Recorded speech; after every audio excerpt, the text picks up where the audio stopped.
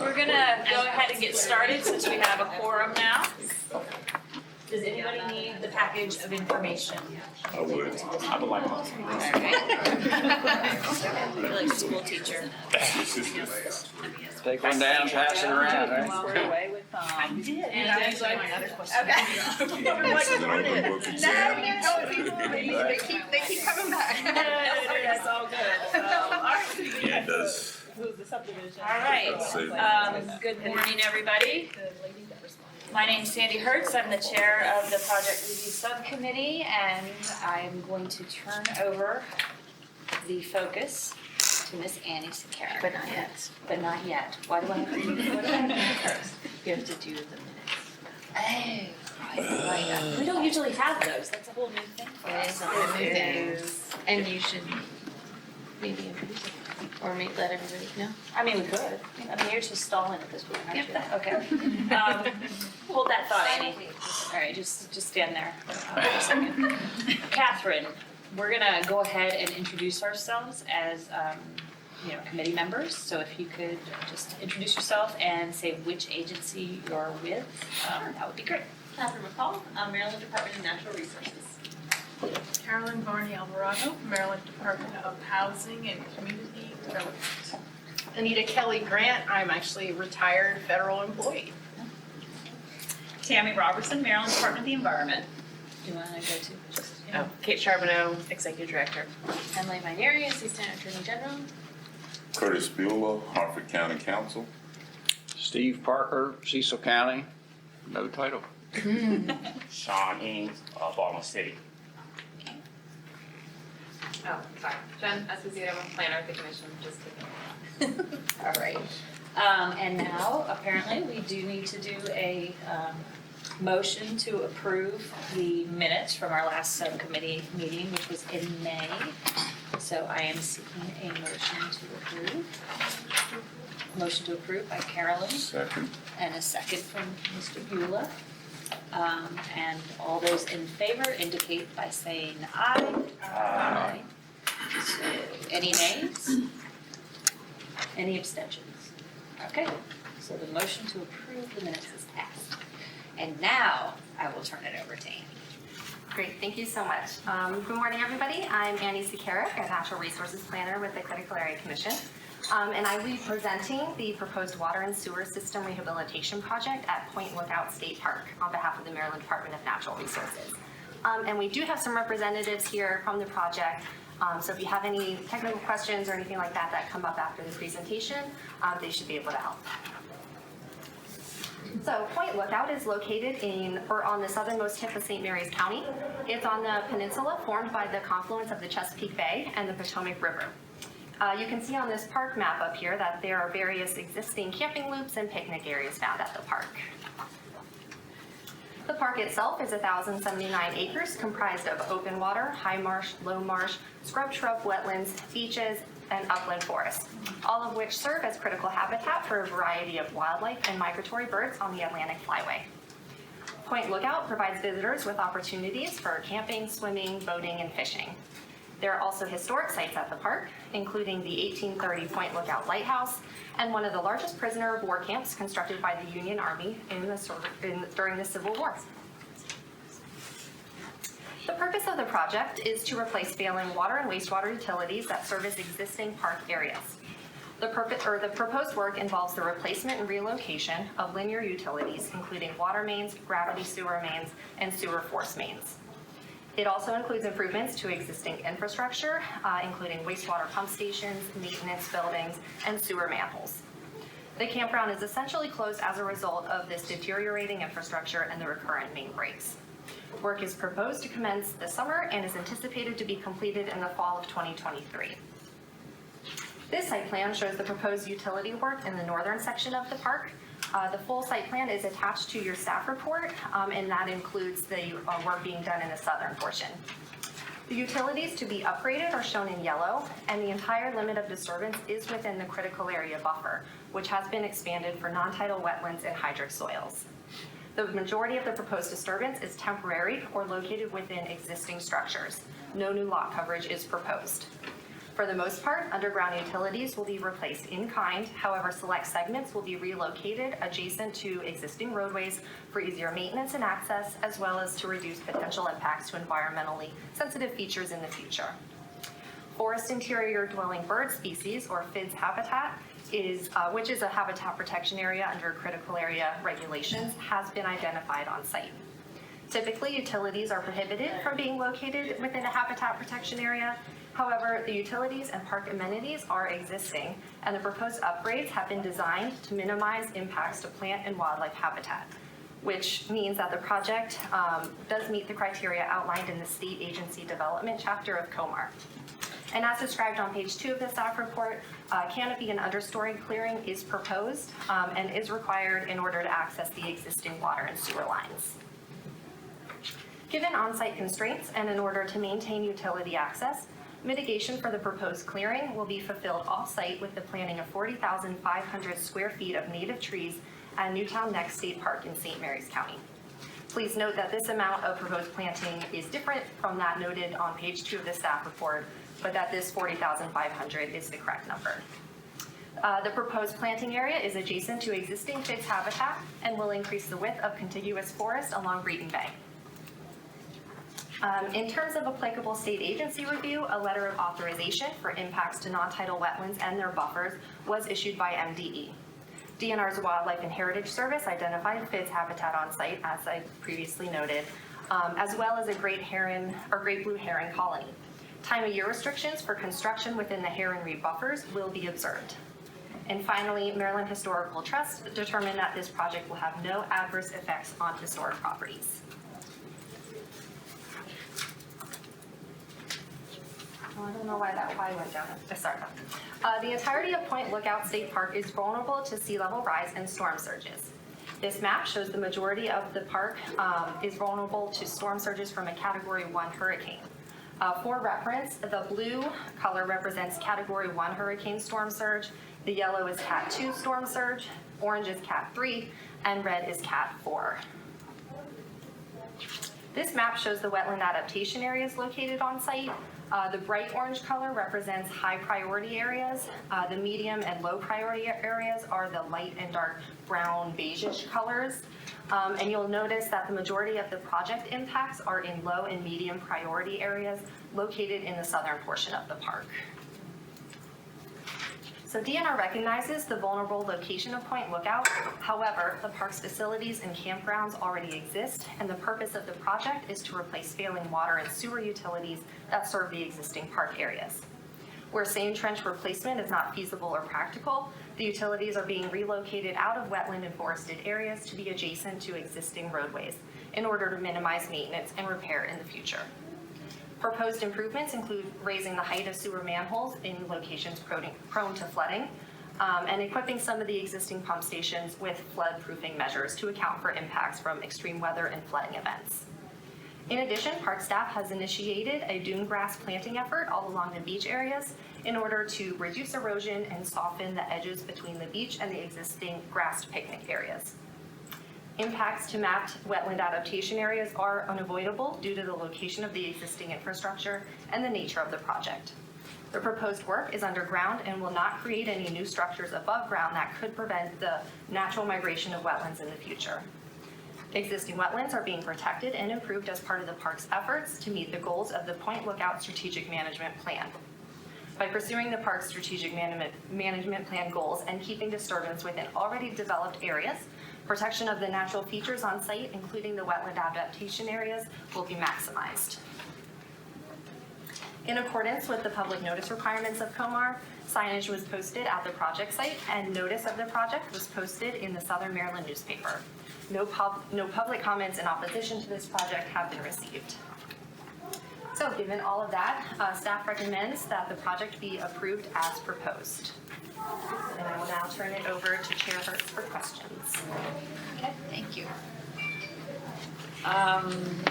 Before we move to a vote to move forward, I just wanted to ask the commission members whether or not they had any questions for Annie.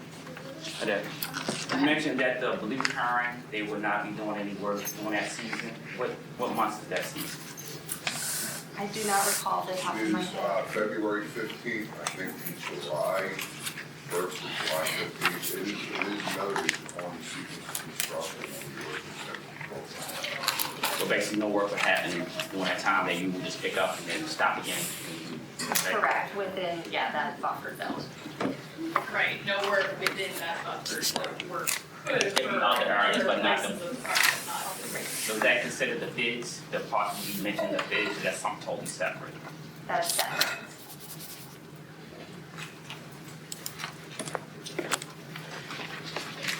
Any other questions? All right.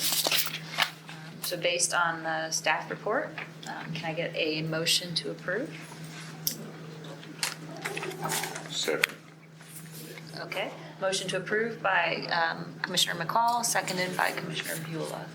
And at this point, we'll move to a vote. So all those in favor indicate by saying aye. Aye. Any opposed? Any abstentions? Okay, so motion is approved. Thank you, Annie.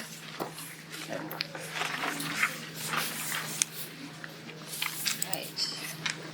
Next.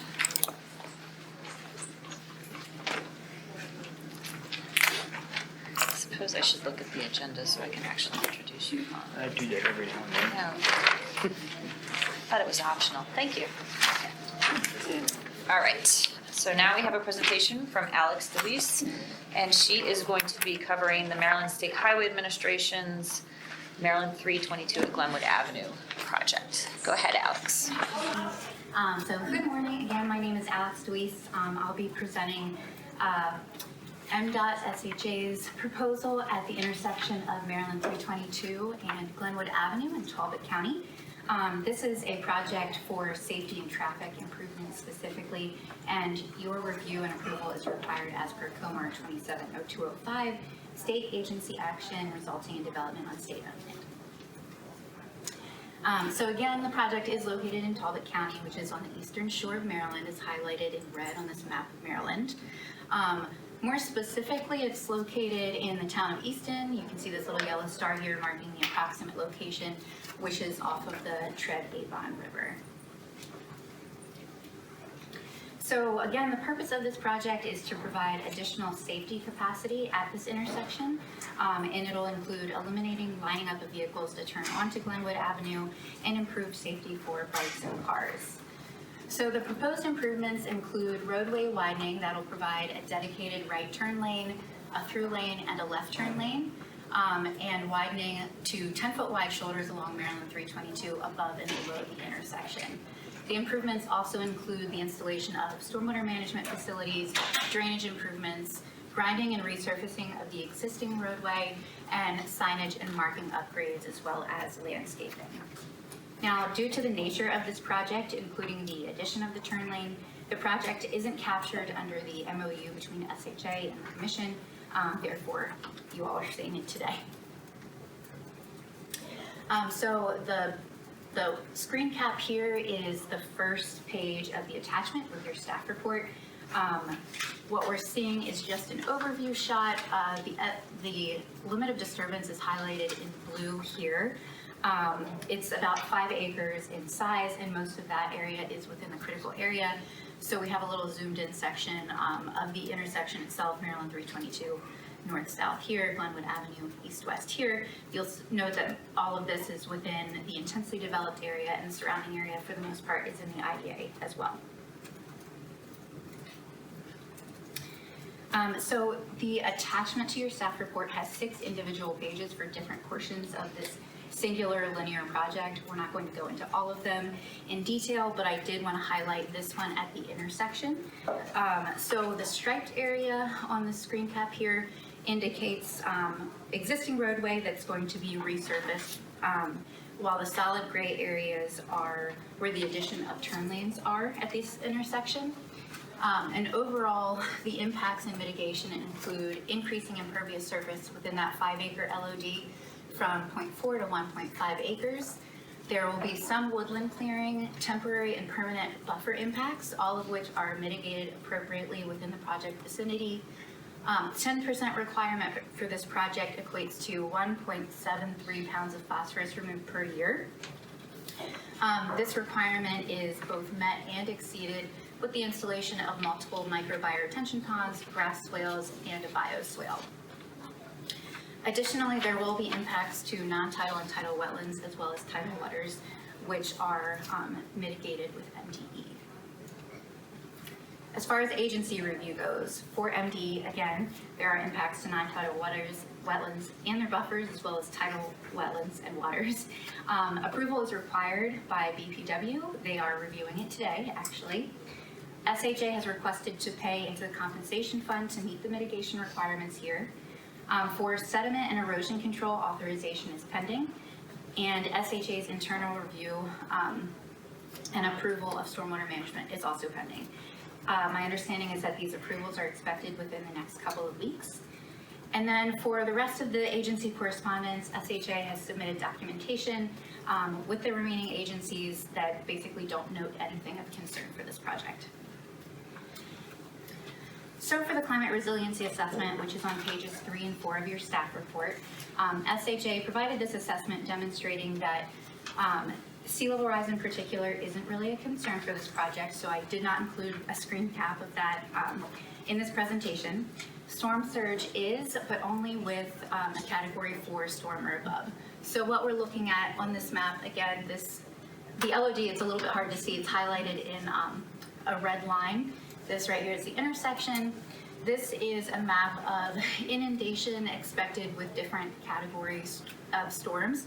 Category 1 is blue, Category 2 is yellow, Category 3 is orange, and Category 4 is red. So you can see a little bit of the highway is inundated with a Category 4 storm, and there's also a little bit impacted by a Category 3 storm, but it's not really within the direct roadway itself. Moving on to wetland adaptation areas. Again, the LOD is in red. We're looking at 3 different levels of sea level rise wetland adaptation areas. Low, medium, and high priority, with low being kind of an orange color, medium is peachy, and high priority is red. So the areas that are in the LOD for this project are primarily low priority wetland adaptation areas, and it's not within the direct roadway. But because there is the presence of these wetland adaptation areas, SHA had to provide justification for why these impacts were unavoidable and what they did to address it. So this is addressed, I think I already mentioned this on pages 3 and 4 of your staff report. But basically SHA justified this project and said that impacts are unavoidable in these wetland adaptation areas because additional safety capacity is needed for this existing infrastructure at this location. They also noted that the disturbed areas will be stabilized and planted. Impacts are temporary within this wetland adaptation area right here for drainage improvements specifically. They also noted that the drainage work will reduce flooding for upstream properties. There will be no loss of existing wetland habitat, and that permanent impacts to tidal waters will be mitigated with payment into MDE's Wetlands Compensation Fund, which I mentioned earlier as well. So for the public notice requirements, signs were posted at the project site both on the north and southbound lanes for Maryland 322, and notice was also posted publicly or locally in the Star Democrat newspaper. No comments have been received as of this time. Based on all of that, our recommendation is your approval with the following condition. Prior to the start of construction or within 30 days, whichever comes first, Mdot SHA shall submit a copy of all final plans, permits, and approvals, including stormwater management plans and MDE stormwater and erosion and sediment control authorizations to commission staff. So, any questions? And I don't know if I said this earlier, but we do have representatives for the project today. Thank you for joining us. So if there are questions, I can take them, or maybe they can take them. Okay. Any questions from commission staff or commissioners? I move to approve with said conditions. Thank you, Commissioner Mahoney. Second, I'll keep it going. Thank you, Commissioner Blue. All right. Gary, just in time for voting. Maybe you should abstain from this one. All right. So at this point, I'd like to ask for a vote. So all those in favor of approving with the following condition, prior to the start of construction or within 30 days, whichever comes first, Mdot SHA shall submit a copy of all final plans, permits, and approvals, including stormwater management plans and MDE stormwater and erosion and sediment control authorizations to commission staff. I don't know why I read it all out, but that's what we're voting on to move it forward. So all those in favor indicate by saying aye. Aye. Aye. And then any in opposition? I abstain. And we have Commissioner Magnum abstaining. Mangum, sorry. I always get your name mixed up. Sorry, the second one, Beulah. Beulah. Thanks. All right. Next up, we have Charlotte Sheeran presenting the second Maryland Department of Transportation State Highway Administration project for today, which is a bridge project. Hopefully, if I stand right here, I'm not gonna bother everyone's view. But I am subbing in for Mike and I'm not as prepared as all of my planners, so I apologize for my need to read my notes off of my screen. Thanks, Sandy. As Sandy said, I will be presenting the State Highway project for replacement of bridge number 2200400, which is on US 13 headed into Salisbury over the East Branch of the Wicomico River. And this is actually phase 2 of a 2-phase project. So Maryland Department of Transportation State Highway Administration is proposing to replace the bridge over the East Branch of the Wicomico River on US 13 business, also known as South Salisbury Boulevard in Wicomico County, Maryland. The existing bridge is a timber plank bridge and has several structural deficiencies associated with it. It also has,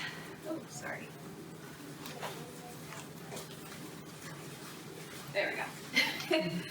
It also currently has a weight limit, which restricts and prohibits certain vehicles from using it. And there's no safe pedestrian access that meets ADA requirements. Excuse me for 1 second, I didn't hear, you said it has a what limit? Weight limit. Oh, wait, I'm sorry, thank you very much.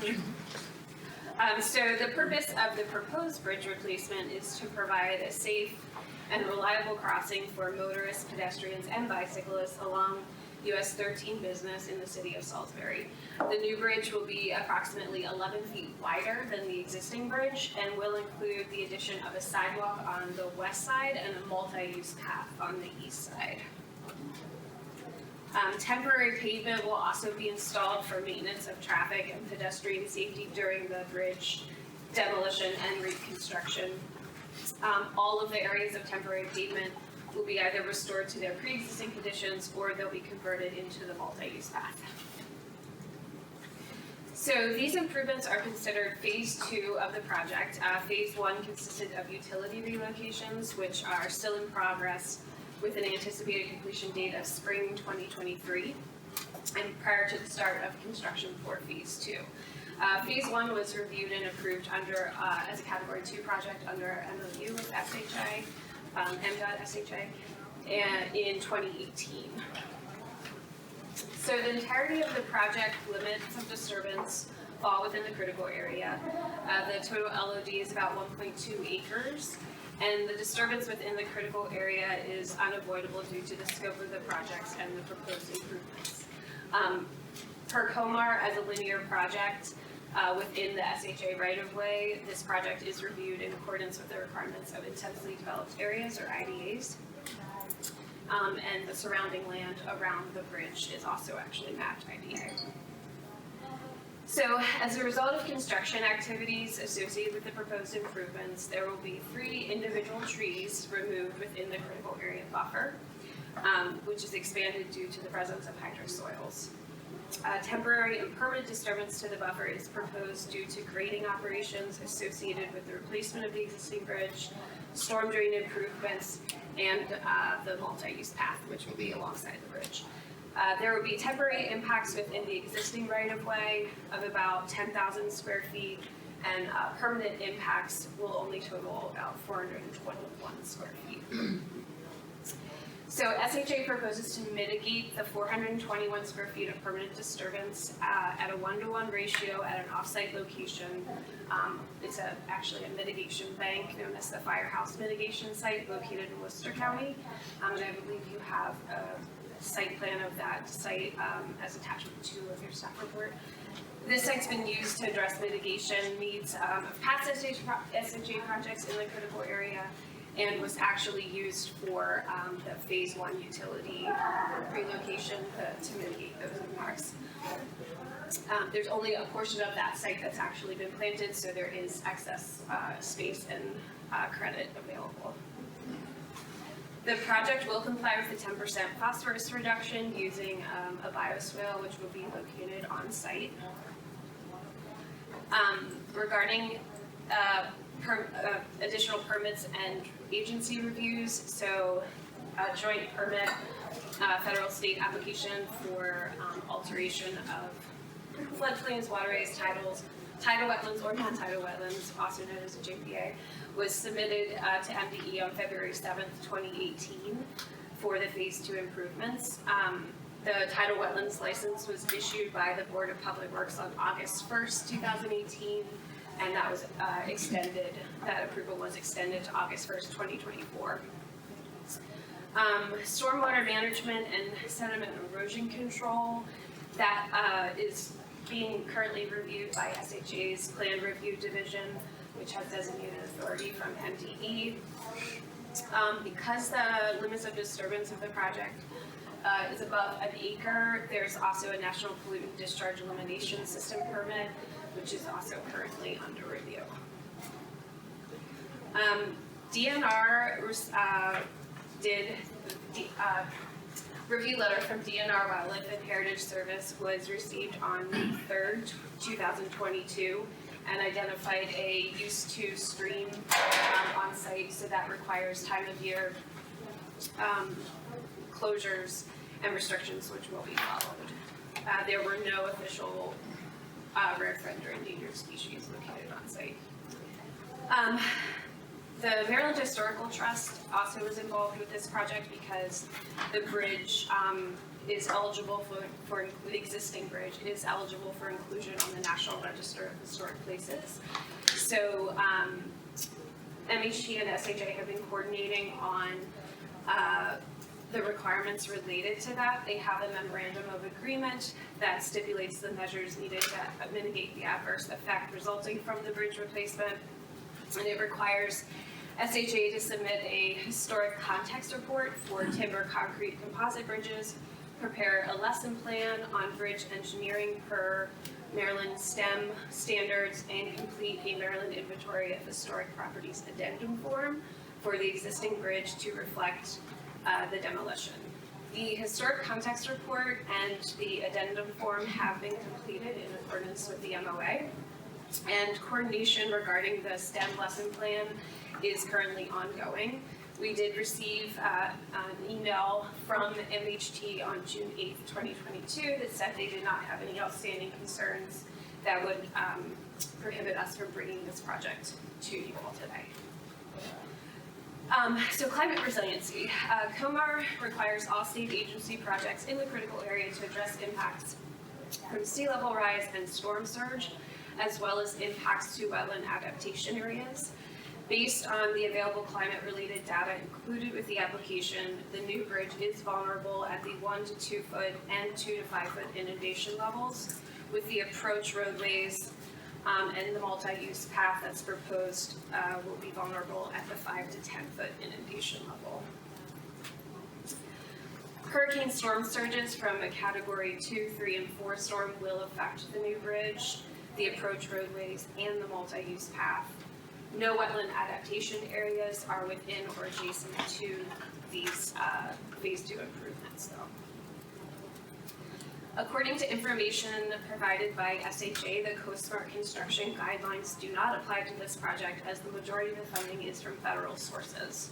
The proposed project has been designed in accordance with current American Association of State Highway and Transportation official standards.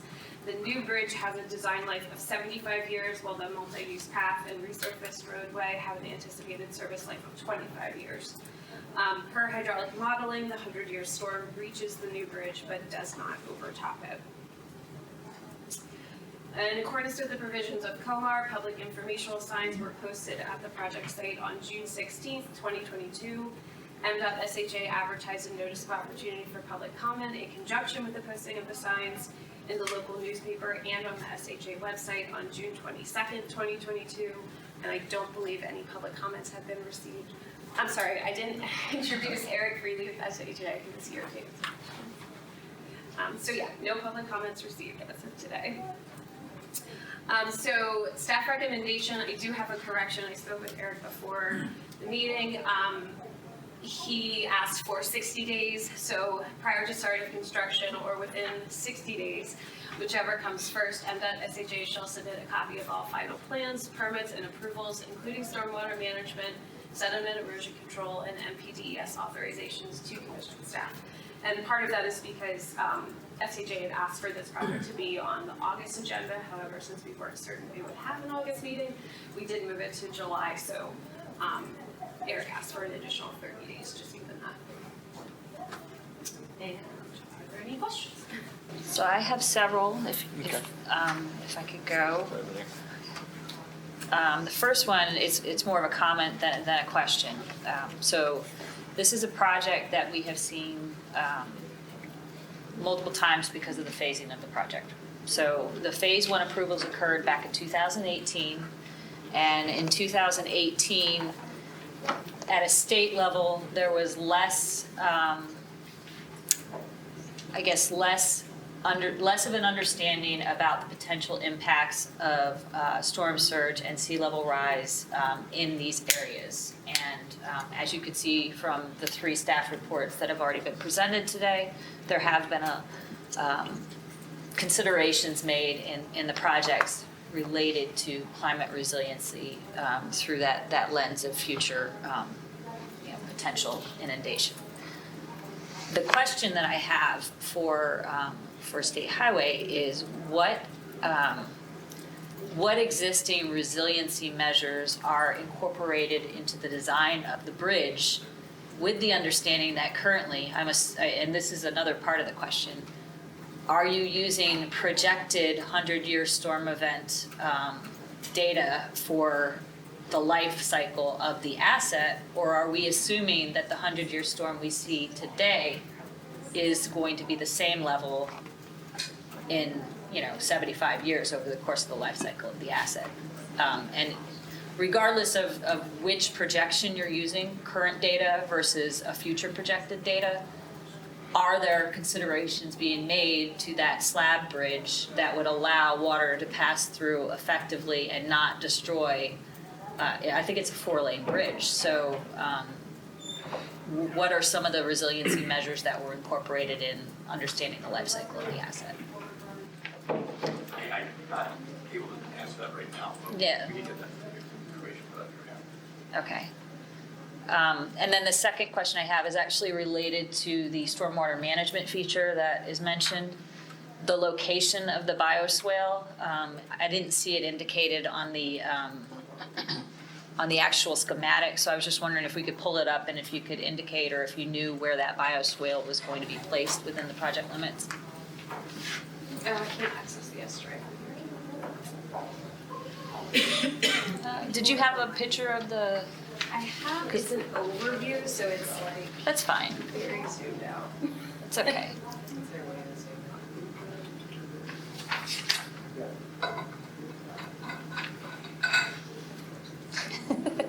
Sorry, Charlotte. That's okay. So Eric, do you know where the bioswale is going within the LOD? Okay. So the reason I'm asking that is because, again, if there's future projected inundation, we want to make sure that the stormwater management feature that's being proposed is not within that area, so that it's effective for the reasons that we have it put there. So, Pat, did you have any additional questions? You actually asked my question in a much more intelligent manner than I possibly could. I think mine was like 5 words. I had a 5-word question. I just wanted you to know that was captured, and I'm sure it'll show up in the meeting minutes. Good, good. So I just, we're going to have a bigger discussion towards the end of this meeting around climate resiliency, but I just wanted to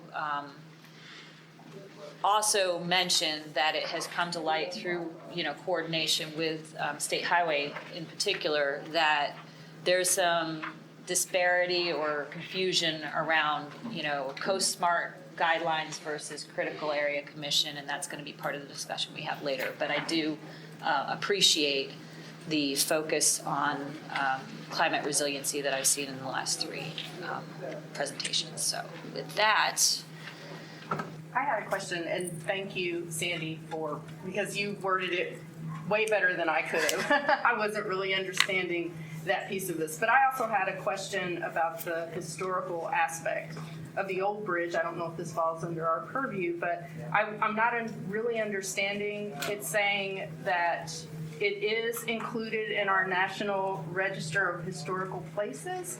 But they still are able to tear it down even though. Yeah, I think that's what the MOA with MHT lays out, is all the things they have to do to compensate for.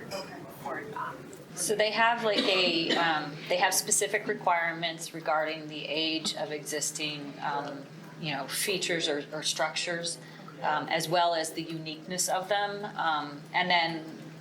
Because of the fact, as Charlotte mentioned in her staff report, that the bridge had been so deteriorated over time, it was a safety issue for the traveling public. So there are certain exceptions to not having to keep a bridge in place, but as Charlotte indicated, they do have to mitigate for that because of it. The original bridge was built in, I think, 1937. So it's been there a long time. So, did I get that right, Eric? Was it? Okay. All right. Any other questions? I just had one comment and question. I guess the questions that you asked about the bioswale and the placement of it and some of those resilience features, is that something that you feel should be provided back to this subcommittee?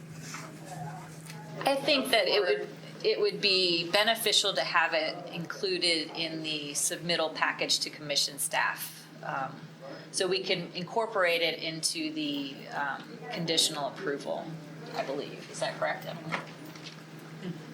So we can work on wordsmithing that right now if you want, because I have the document up.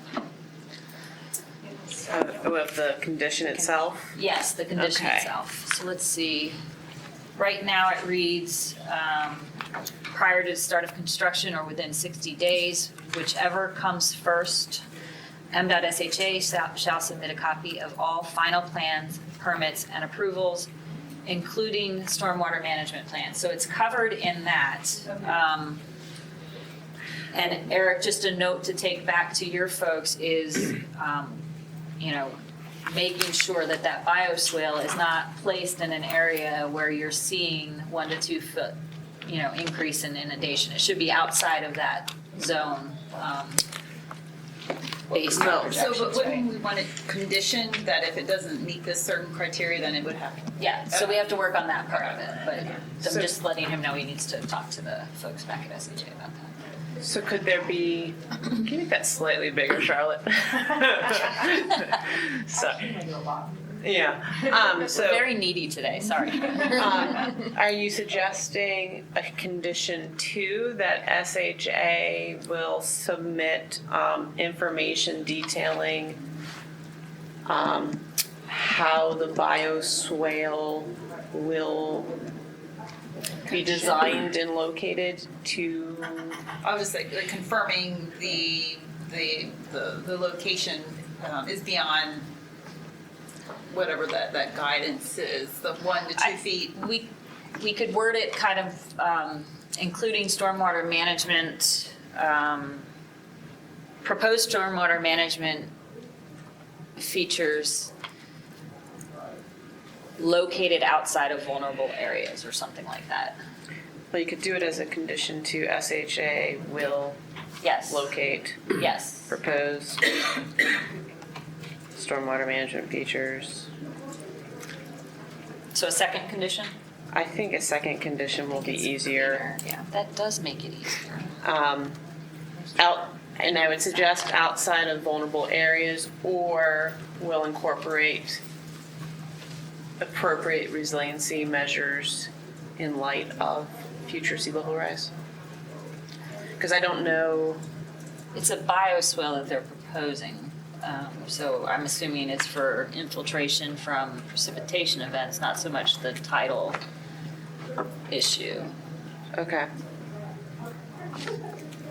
Do you want to say what those vulnerable areas are? Shall locate proposed stormwater management features We could outside just of say vulnerable outside of the areas? 1 to 2 foot inundation zone as that's what was displayed, right, Charlotte? Okay. Shall locate proposed stormwater management features including the bioswale outside of the 1 to 2 foot inundation zone. Do you want to include Bioswale.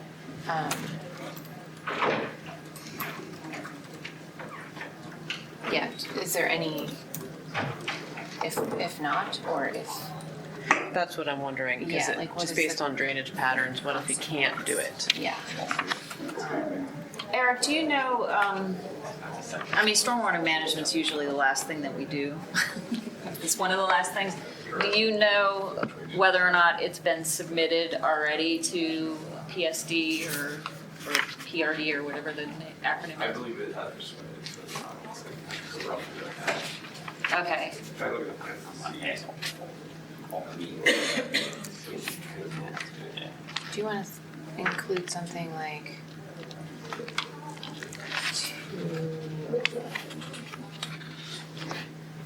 to address climate resiliency measures in the project? Sorry, I'm writing situational.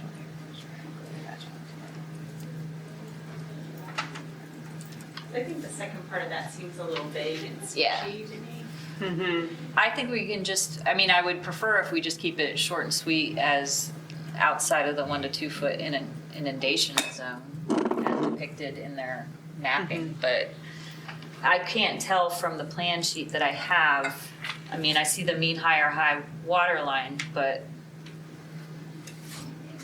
was it in the staff report, Pat? No. Further incorporate climate resiliency measures for the project, SHA shall locate proposed stormwater management features including the bioswale outside of the 1 to 2 foot inundation zone. Yeah, that's good. You like that? Yeah, I do like that. All right, ready, Charlotte? Oh. We'll type it up there, that way everyone can see it. Yeah. All right, so Emily has the proposed language, and then Eric, let us know if this is okay for you. To further incorporate climate resiliency measures for the project.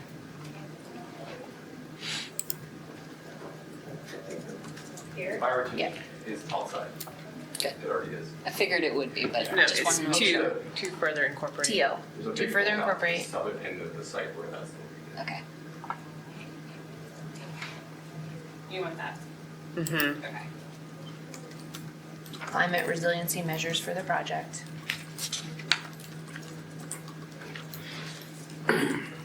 Comma, SHA shall, and then you have locate proposed stormwater management features, comma, including the bioswale, comma, outside of the 1 to 2 foot inundation zone, period.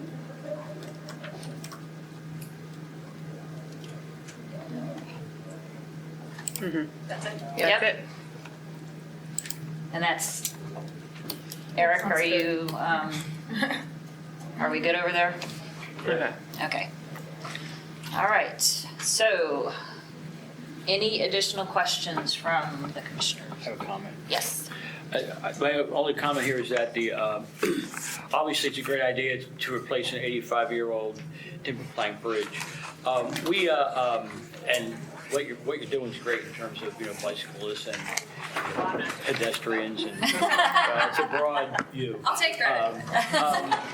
Just to share something outside our purview here as it relates to the historical aspect.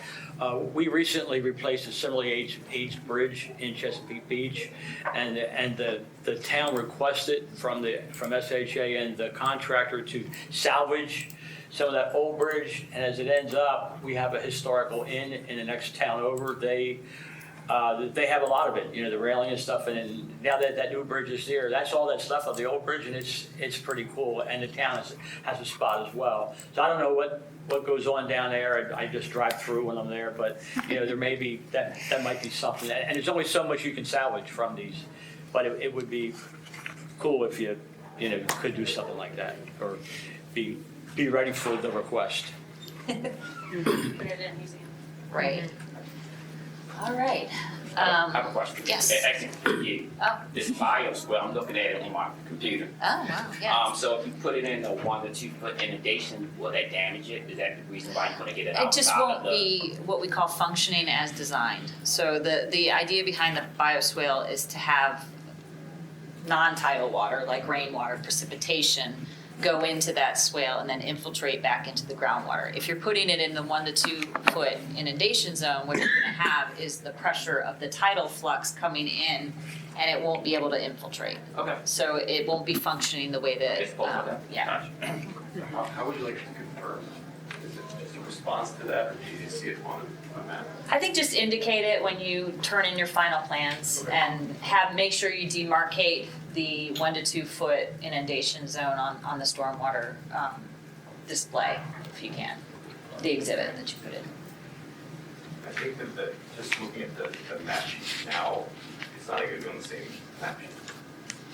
You want to note on the map saying it's just outside of the, that tier 2. How do you have it currently in terms of, do we have a visual of the bioswale in the slide deck? If you look at the Or in the- visual that shows the inundation areas, I can kind of point to where the bioswale is. So that's at the southern point, the LOD homes out to the east, that's the bioswale. Okay, Oh, this is red. all right, so it's, oops. And it's. And then it went back to the beginning. Poor Charlotte. Michael's gonna owe you big time. I think he put gremlins in there. Here, so are you saying it's like here? Yeah. That's the Yeah, bioswale. okay, Okay, all right. So I have a question, because I'm not really familiar with bioswales and how they're constructed, but size-wise, how big of an area are we talking about that can absorb all this water? Like, is it? Yeah, that's a good question.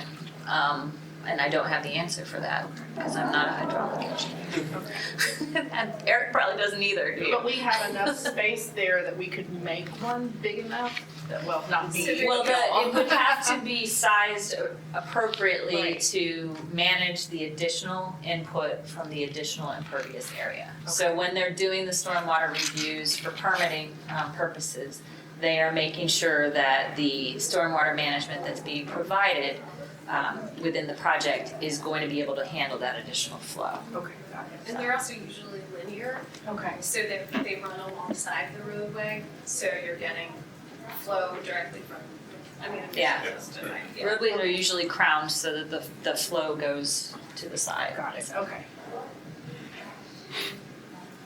All right, so any more questions? Okay. Can I have a motion to approve with the conditions that we've worked on?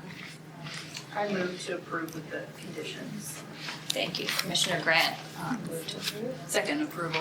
Seconded by Commissioner Rose. All right. Everybody ready to vote? Yep. All those in favor indicate by saying aye. Aye. All those opposed? And any abstentions? And I am going to abstain.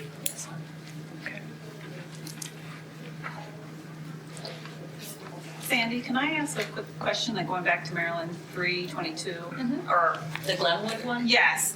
So that one has reference to MDE stormwater and erosion control. So should that have actual reference to Mdot SHA plan review division for stormwater? You know, I don't know. Is that going also through PRD? They get your PRD, but I think they get the NOI through it. So once they get the PRD approval, they still have a question of the actual. So the real approval does come Yeah. from MDE? Yeah.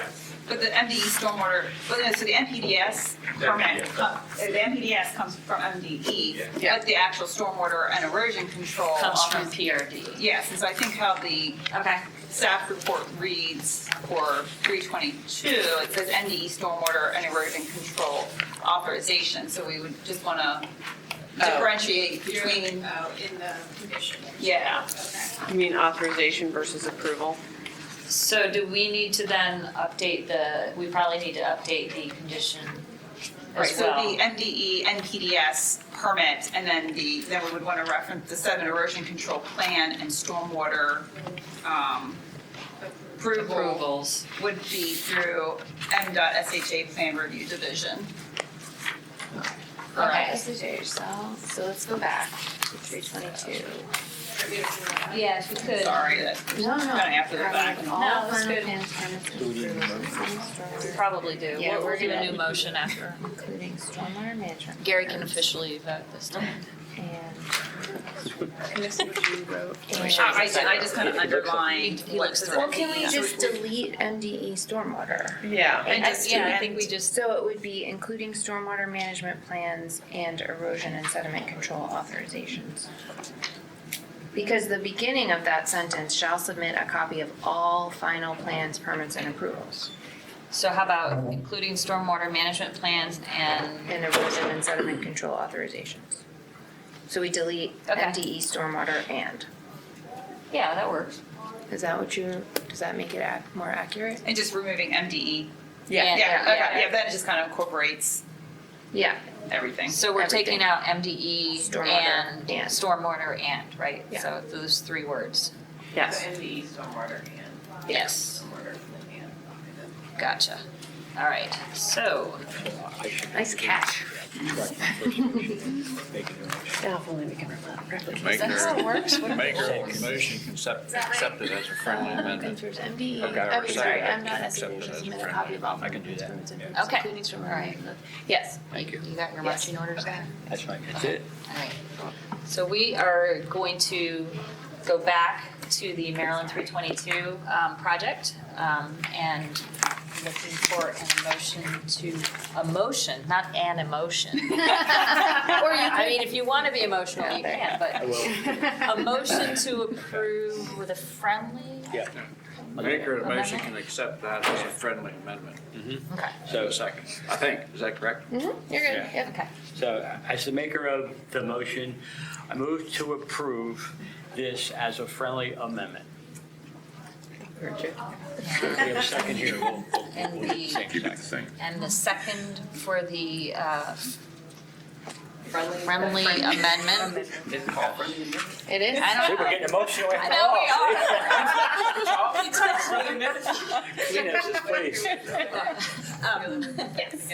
Yes, Commissioner Beulah. So we will take another vote on the Maryland 322 project. So all of those in favor, please indicate by saying aye. Aye.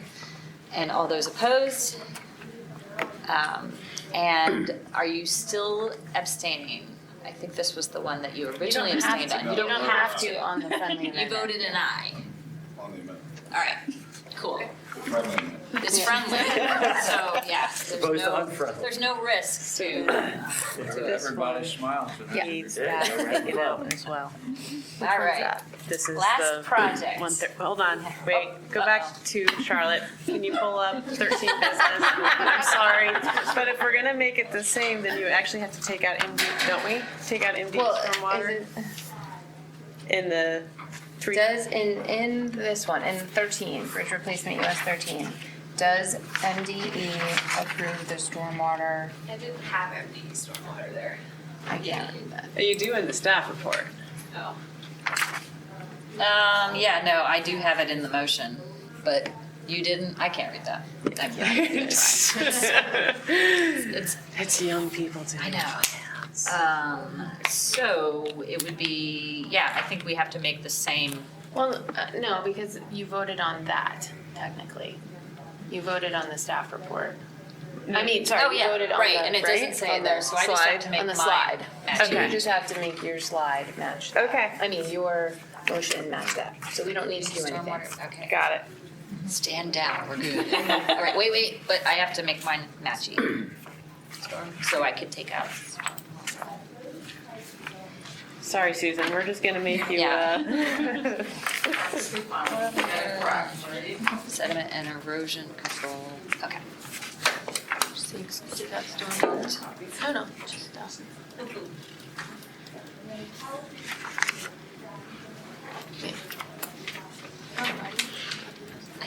Because they do, Oh, yeah, it's different than the staff report. Okay. right? Yep. Oh, and then she says authorizations, that sounds much fancier than what I have right now. Okay, all right, we're good. Yep. Now, yes. Yes. Make sure you tell Michael Yes. Yeah, I'm gonna really. how involved this was. All right, last project for today is going to be presented by Miss Susan McLuth, and it involves St. Mary's College. All right, thank you. So thank you, Chair Hertz, and yes, my name is Susan McLuth, and I will be presenting the Maryland Heritage Interpretive Center project, which will be built on the campus of St. Mary's College of Maryland. This project requires review and approval by the commission because it is not eligible for review under the MOU between the college and the Critical Area Commission. Before we continue, I would like to introduce the following guests attending the meeting today on behalf of the project. So we have Maury Schlesinger, Director of Facilities Planning for the college, and we also have Peter Soprano, a consultant engineer who's worked on the project. So they'll be available to answer any questions you may have at the end of the presentation. So first, I'd like to share an outline for today's presentation. We'll begin with a project overview, including the project location. Then we'll discuss the critical area impacts, including the 10% pollutant reduction requirement. Then we'll review the coordination review that has occurred with other state agencies for this project. And finally, we'll have time for any questions you might have at the end of the presentation. So St. Mary's College of Maryland proposes to construct a new Maryland Heritage Interpretive Center, or MHIC, building on the college's campus. Construction is anticipated to start in summer 2022 and continue through summer 2024. The proposed work involves site grading, constructing the MHIC building, installing associated site improvements, including walkways, utilities, and stormwater management facilities. The MHIC building will serve as a focal point for both the college and historic St. Mary's City visitors, and will include a visitor center, exhibit galleries, a multifunctional room for films and meetings, and an outdoor plaza and garden. So as noted earlier, the project requires commission approval under COMAR 270205, state agency actions resulting in development on state-owned lands, because due to the size of the building, it does not qualify for approval under the MOU. So this slide shows you the location of the project.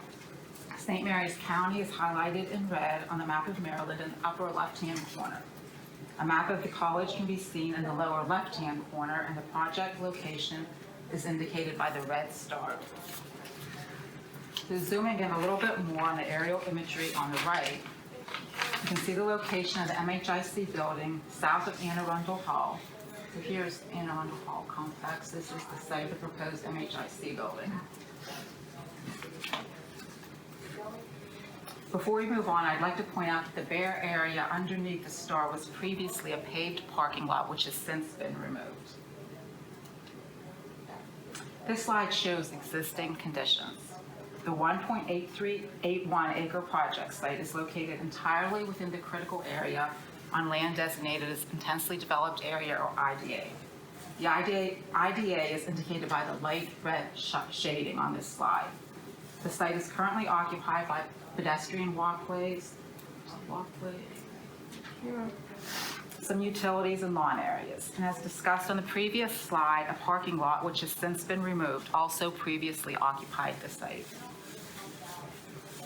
So the proposed conditions are shown on the site plan on this slide. The blue shaded areas, both the dark and the light blue, indicate proposed lot coverage within the IDA. The MHIC building itself is shown in dark blue, and the walkways that connect the building to the rest of campus are shaded in light blue. The proposed stormwater management facilities and their respective drainage areas are also shown on this slide. The stormwater management facilities will be discussed in greater detail on a later slide. So regarding the critical area impacts for this project, there are no buffer impacts and no impacts to tidal or non-tidal wetlands or any other habitat protection areas. There's no forest clearing or tree removal since there's no existing forest on site. The existing lot coverage is 0.39 acres and proposed lot coverage is 0.40 acres. The existing lot coverage includes the previously removed parking lot, and the reason the parking lot is included in the existing lot coverage for this project is because when the Anne Arundel Hall complex was constructed back in 2014 and 2016, the MDE stormwater management approval included the MHIC building, and therefore the existing parking lot was part of those stormwater management calculations. However, due to a lack of funding, the MHIC building was not constructed at that time. So as we stated earlier, the project is located in the IDA, and therefore it must meet the critical area 10% phosphorus reduction requirement. So the 10% phosphorus reduction requirement for this project is 0.13 pounds of phosphorus. The project LOD is shown in orange on this slide. The proposed stormwater management facilities are shaded in blue, and their corresponding drainage areas are outlined with the blue dotted lines. The stormwater management facilities include 3 microbioretention. There's one here with its drainage area, another one here with its drainage area, then a larger microbioretention here. 1 green roof. The green roof here is part of the project. There's 1 non-rooftop disconnection here for walkways. And then we have two rooftop disconnects. So here, this section of the rooftop will disconnect to this drainage area, and then this larger area disconnected here. So these 6 BMPs, these 6 stormwater management BMPs will provide 0.81 pounds of phosphorus reduction. So therefore, the pollutant reduction requirement for this project has been met. So as you know, COMAR 27020503 requires state agencies who are proposing development activities on state-owned lands to demonstrate that the agency has considered the likelihood of inundation by sea level rise over the course of the design life of the project, and to demonstrate that the development identifies and incorporates climate resilient practices in order to avoid or minimize environmental or structural damage associated with a coastal hazard, an extreme weather event, sea level rise, or other coastal impacts. So St. Mary's College completed a coastal resiliency analysis for the MHIC project.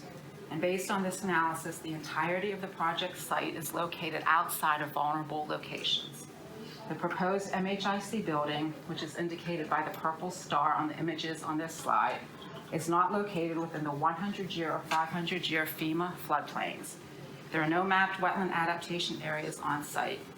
In addition, the project is located beyond the projected storm surge of Category 2 through 4 hurricanes and beyond the projected 10-foot sea level rise zone. So regarding agency review and coordination, a modification to the March 27, 2012 approval for the stormwater management and erosion sediment control plans was approved by MDE on April 7, 2022. DNR Wildlife and Heritage Service has no concerns with the project as currently proposed. And MHC has had extensive coordination with the college and Historic St. Mary City regarding this project and has no objection to critical area review and approval of the project. In accordance with COMAR 27020503, 03/01/03, public notice of this project is required. A notice was posted in the Southern Maryland News on May 6, 2022. In addition, and as shown in the photo on the right, a sign was posted on the site, and no comments were received. So based on all of that, Commission staff recommend approval of this project as proposed. And if you have any questions, any discussion for the project, I'll now turn it back over to Chair Hertz for that. It's, just say it's a great project, and, you know, I don't live far from St. Mary's County, and we do go down there, and I really do appreciate what you're doing, especially the visitors aspect, so, thank you. You're welcome. So I have a question just related to the MHT portion of it, because there was some indication in the staff report about archaeological data recovery, analysis, and reporting. I was just wondering if somebody could speak to what is required that's outstanding. They just have the Historic St. Mary's City archaeologists just need complete documentation of investigations of the site. Okay. To confirm that there's no impacts to existing. They have what little they have found, Uh-huh. they have mitigated and just need to finish their documentation, submit a final report to MHT. Okay. Awesome. Yeah, we've definitely had extensive coordination. We did follow up with MHT because I know Peter had coordinated with Beth Coleman. We reached out again afterwards just to make crystal clear, given the location, that everything is good. And then Beth responded that yes, there's been extensive and ongoing coordination, and they are good with critical area review. Okay. Given the site, that's important. Thank you. And, Commissioner Barney Alvarado. Yeah, I just had a question about how to understand the projections of the sea level rise. So if this is great, it's outside of a 10-foot projection, but are these projections specific to this place, that there are projections that it could hit 10-foot inundation in, if there is, what time frame would that be? Right, so there are statewide data layers. We take this from Coastal Atlas, most of these from DNR, the best available data we have. So these are the various projections, and we don't quite know what's going to happen, but so the 0 to 2 foot inundation is the light blue. So if sea level rises, up to 2 feet, it'll come this far. If it goes 2 to 5 feet, it'll come to the medium blue. And then 5 to 10 foot inundation will take it into the purple. And the same way up there, that's St. John's Pond, I believe, yes, wraps around. So again, that's the 2, 5, 10. We don't know, so you take your pick, kind of, But the projections are for like 50 years, 100 years? So Karen, do you mind if I add in? Yeah, I think this is a great segue to the next conversation. Oh, okay.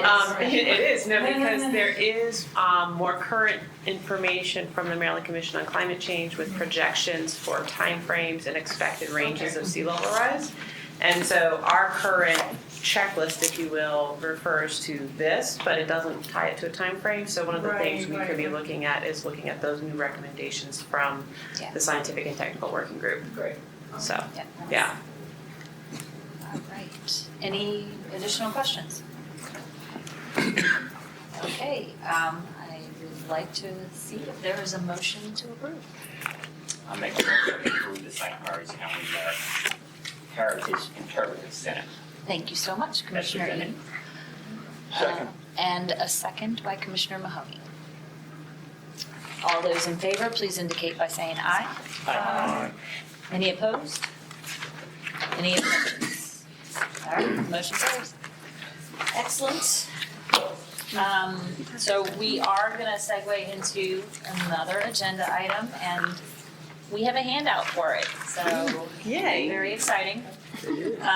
So what's being passed around is the current, the current application checklist that folks that bring projects before us use when they're putting together the information that the staff then reviews and is presented to us.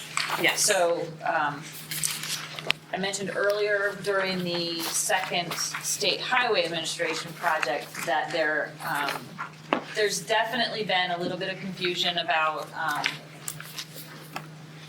consistency, I would say, between CoSmart siting and design criteria, which is slightly different from what we do here in terms of how we evaluate projects. So CoSmart, just by way of background, before Kate takes over and goes through the checklist with us a little bit.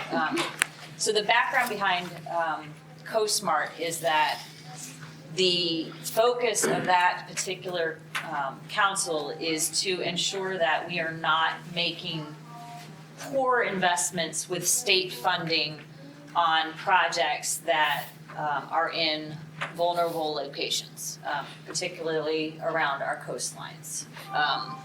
And so the requirements under CoSmart Council, and this is one of the reasons that both of the Mdot SHA projects did not have to meet CoSmart siting and design criteria, is tied back to the source of funding. So if it's greater than 500,000 in value in terms of the project costs, and I guess it's an and, not an or, and it's at least 50% funded with state dollars, then it does have to follow CoSmart construction siting and design criteria. And I'm oversimplifying it. There are some exceptions, as always.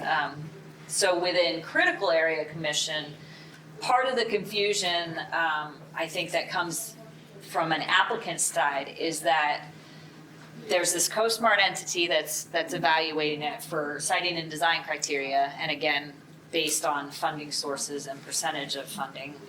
And then there's also the confusion of which data to use and how we are considering the life cycle of the particular features that are being proposed, the assets that are being proposed. And so one of the things that Kate and I have been talking about and others have been talking about over the last couple of weeks is because of the changes since 2018, when we first started seeing some of these projects, and there's been at least 2, possibly 3 updates to it's at least 2, right? 2 updates to CoSmart legislation since 2018. And there's been some advances in terms of the mapping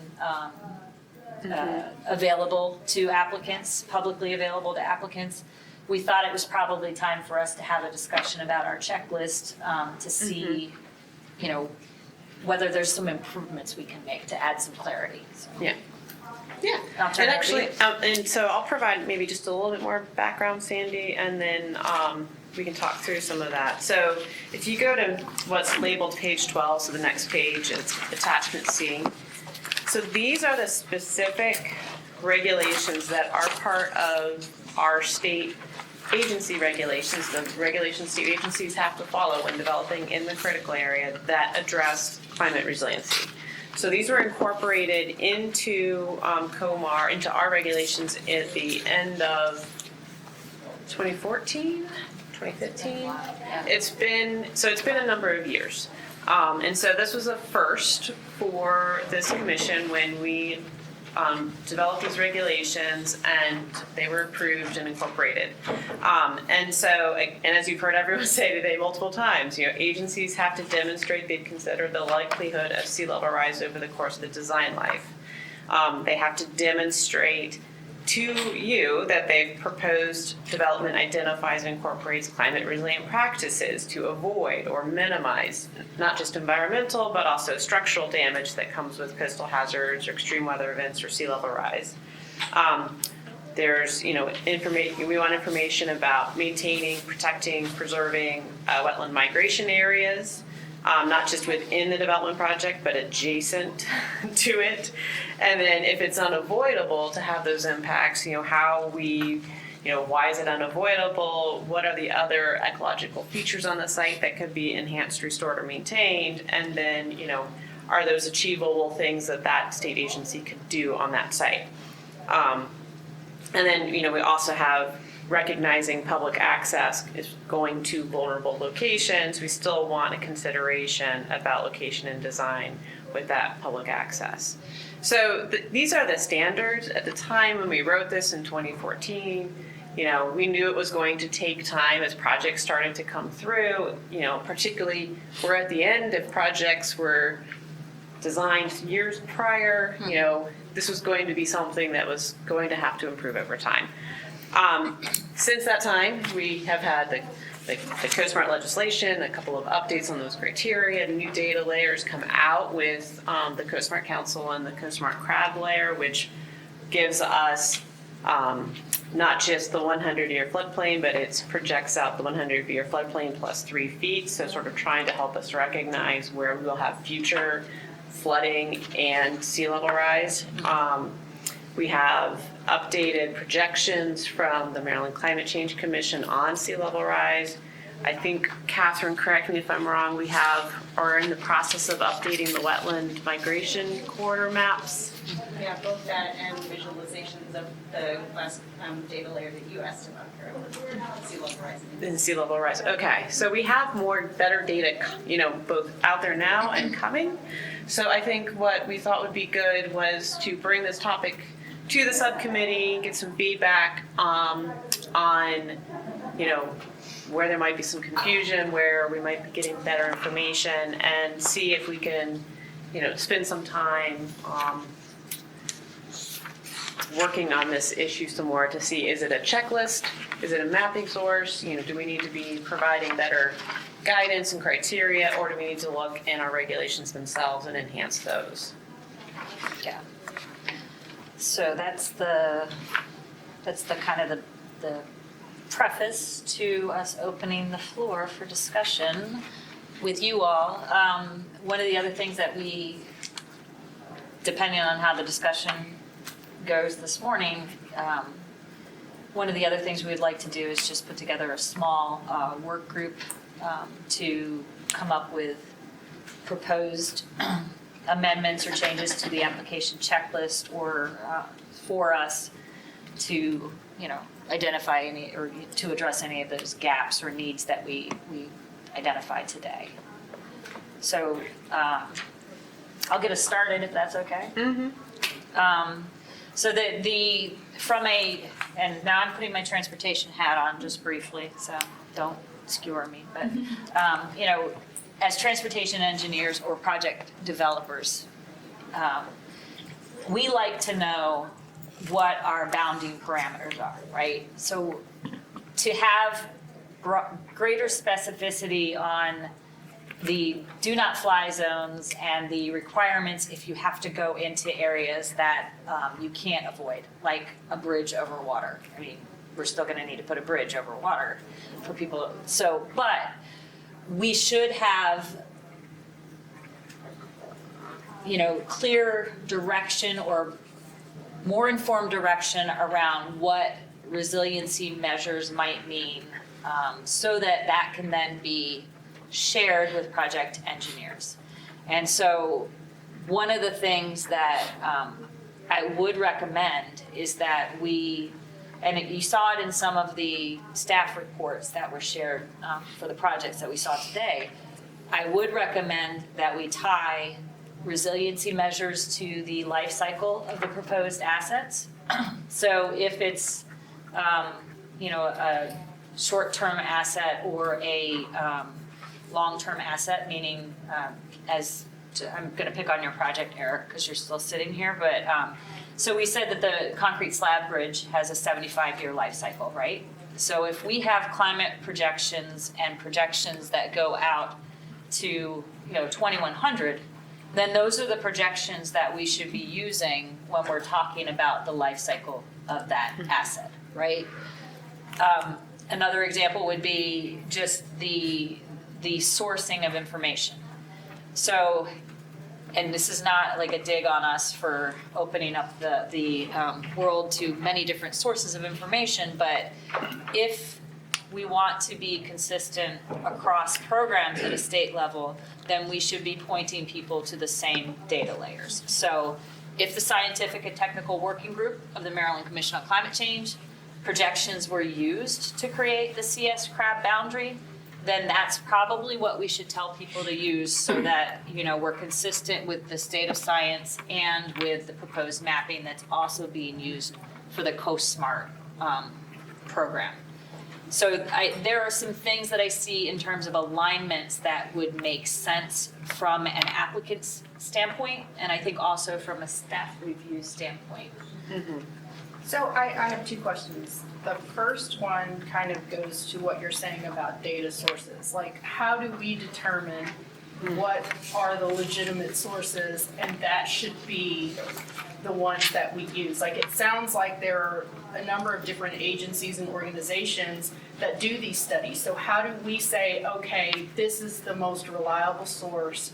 Or are we somehow, I say we, you guys, fed this data, and do you make that determination? That was question number one. And then the second one is, what is the process? Like, with me kind of being fairly new to the commission, I don't really understand the process of how projects are submitted. And then what is the procedure for the staff to go through each project to say, okay, when they're submitted, we do this, we do this, we do this, and then the data source, I feel like, should be a part of that process. Yeah, those are really good questions. On the data source front, I'm looking at the next page, page 13, and at the sea level rise inundation, and this is the numbers from 2013, and we know we have 2018 numbers. Yeah. So one way is in guidance, and we constantly have to update the numbers. Another way to get to a clear data source is to put in the regulations the projections, and we could say the latest projections by the scientific and technical work group of the Maryland Commission on Climate Change, because they are required to update those projections every 5 years? Yes, every 5 years. So there's a couple of ways we can get at it. We can do it in a checklist, or we can also go into the regs. To your second, and so those are, I think, are really good discussion points for our state agencies and you all as to wanting those things. To your second point, so this is just a few pages out of our full checklist.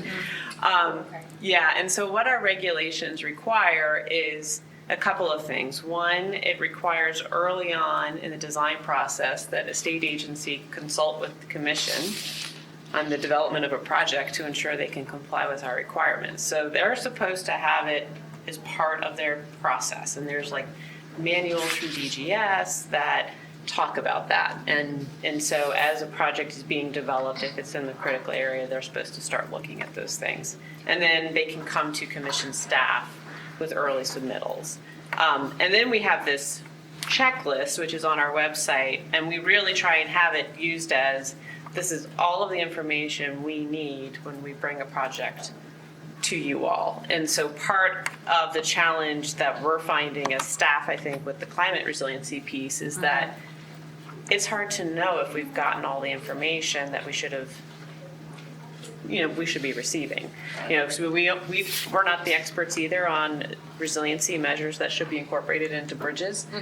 And so we're relying on the agencies to tell us. And so I think that's another area of discussion as to how can we improve and know when we've gotten good information that would be helpful for everyone's consideration. Yeah. Go ahead. Just a couple things different things come to mind as questions, and one is have these new coasts or construction, are any of the things that they're sort of requiring or allowed for resiliency putting in direct conflict with things that are living shorelines instead of having a big cement thing for some, they took into account sort of the way they took into critical account. area works and functions. So you don't have any of those kind of things. No. So the other thing is just the Coast Smart guidelines, they are this question for state projects. Correct. So a state agency or entity is gonna build something.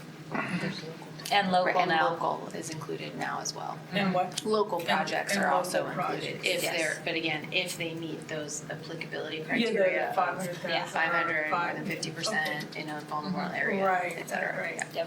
What about buildings that the state, because they often aren't, or the state often leases buildings as opposed to, does it cover that?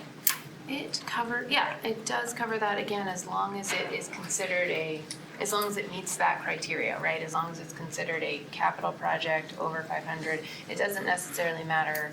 The ownership. The ownership, it matters whether it's state funded. What are we Yeah. doing with our state dollars? Yeah. Yeah. Okay, so then that's the other thing I kind of answered it's another question, but similar.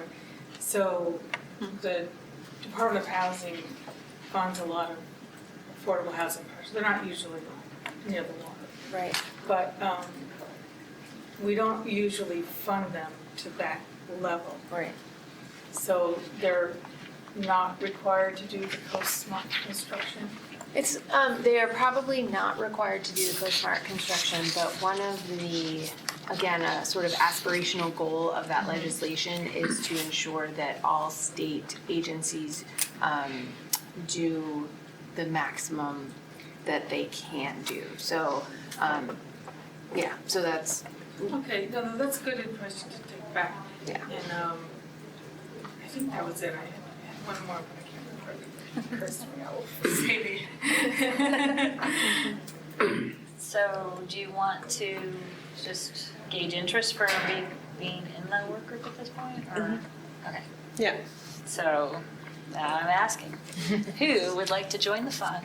All right. I'm all up for fun. Okay. I mean, if we meet at the commission offices, just saying, they're usually M&Ms with peanuts. I'm a big fan of that.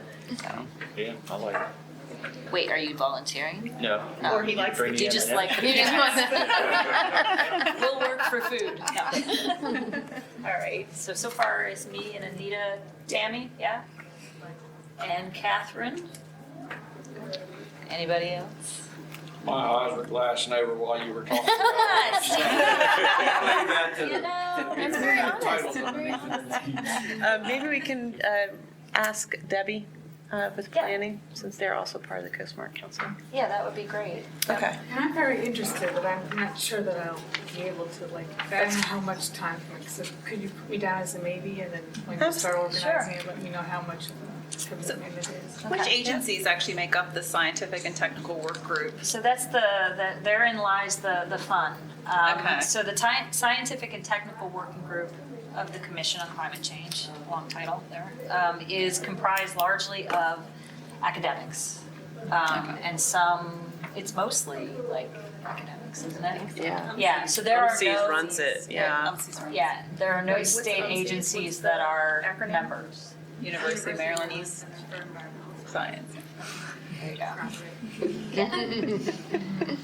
So we don't have, I don't believe we have any state representation on the scientific and technical work group. It's all, I mean, other than maybe University of Maryland, but not our agencies. Not MDE? But I was gonna say it's run out of MDE. It is run out of MDE. Yeah, so Okay. they might.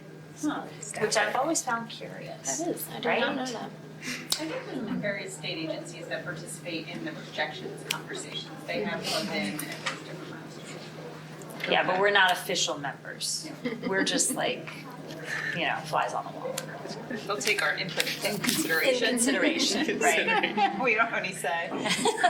So I'm assuming, are these academics throughout the state of Maryland, or are they national? Hold on, let's see. I know, that's a lot. Yeah, like Let's how look. did they? I don't know.